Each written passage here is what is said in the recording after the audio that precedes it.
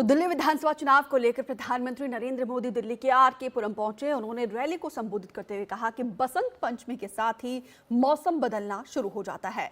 3 दिन के बाद 5 फरवरी को दिल्ली में विकास का नया बसंत आने वाला है। दिल्ली में वोटिंग से पहले ही झाड़ू के तिनके बिखर रहे हैं। आपदा के लीडर्स उसे छोड़कर जा रहे हैं। आपदा पार्टी ने यहाँ के 11 साल बर्बाद कर दिए। अपने भाषण में पीएम मोदी ने कहा कि मैं गारंटी देता हूं कि आपकी हर मुसीबत, हर परेशानी को दूर करने के लिए खप जाऊंगा। पीएम मोदी ने अपने भाषण में बजट की जमकर चर्चा की और पीएम ने कहा कि यह देश के इतिहास में मिडिल क्लास के लिए सबसे अच्छा बजट है।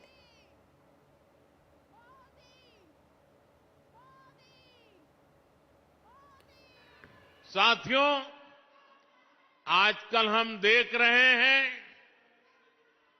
कैसे दिल्ली में वोटिंग से पहले ही झाड़ू के तिनके बिखर रहे हैं। आपदा के लीडर्स उसे छोड़कर जा रहे हैं। ये जान चुके हैं कि ग्राउंड पर जनता आपदा से कितना नाराज है, कितनी नफरत करती है।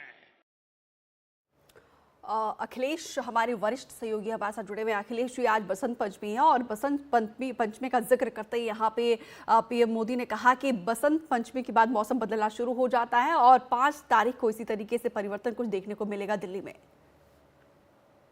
बिल्कुल, और एक तरह से कह सकते हैं कि पीएम नरेंद्र मोदी की दिल्ली विधानसभा चुनाव प्रचार के लिए आखिरी रैली थी और इसलिए बीजेपी ने इसके लिए पूरा जोर भी लगाया।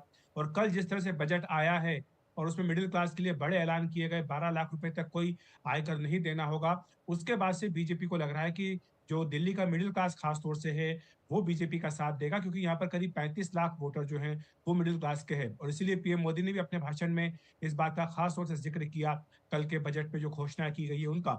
और इसी के साथ जो पूर्वांचल के लिए खास तौर से पहल की गई है उसका भी पीएम मोदी ने जिक्र किया।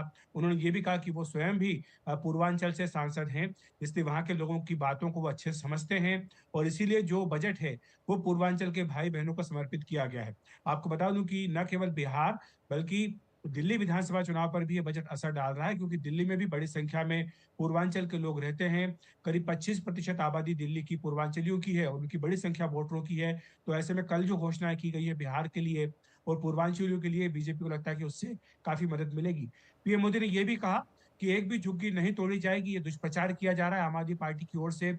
उन्होंने ये भी कहा कि बीजेपी की सरकार बनते ही हर महिला के खाते में 2,500 रुपये दिया जाएगा और 8 मार्च को महिला दिवस है, पहली किश्त वहां पर महिलाओं के खाते में पहुंचा दी जाएगी, 500 रुपये में सिलेंडर दिया जाएगा।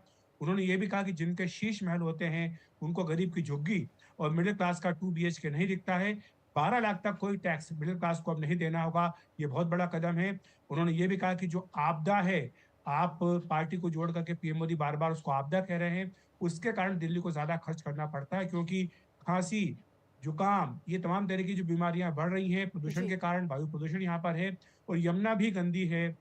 यमुना को भी साफ नहीं कराया गया, यमुना का क्या हाल बना दिया, गंदे पानी से बीमारियां बढ़ रही हैं और दिल्ली में जिस तरह से प्रदूषण होता है उससे करोड़ों रुपए का नुकसान भी होता है, क्योंकि बार बार यहाँ पर प्रतिबंध लगाने पड़ते हैं।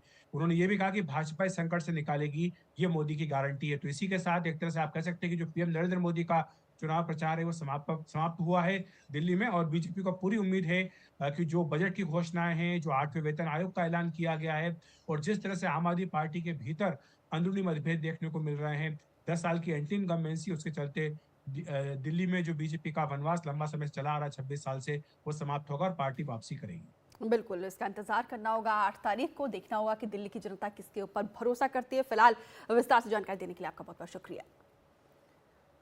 तो यहाँ पर देखिए, पीएम मोदी ने ताबड़तोड़ रैली करते हुए अपने पक्ष में माहौल करने की कोशिश की है और इसी तरीके से पीएम मोदी का ये रैली समापन हुआ है। अब 5 तारीख को वोट डाले जाएंगे और 8 तारीख को रिजल्ट आएंगे।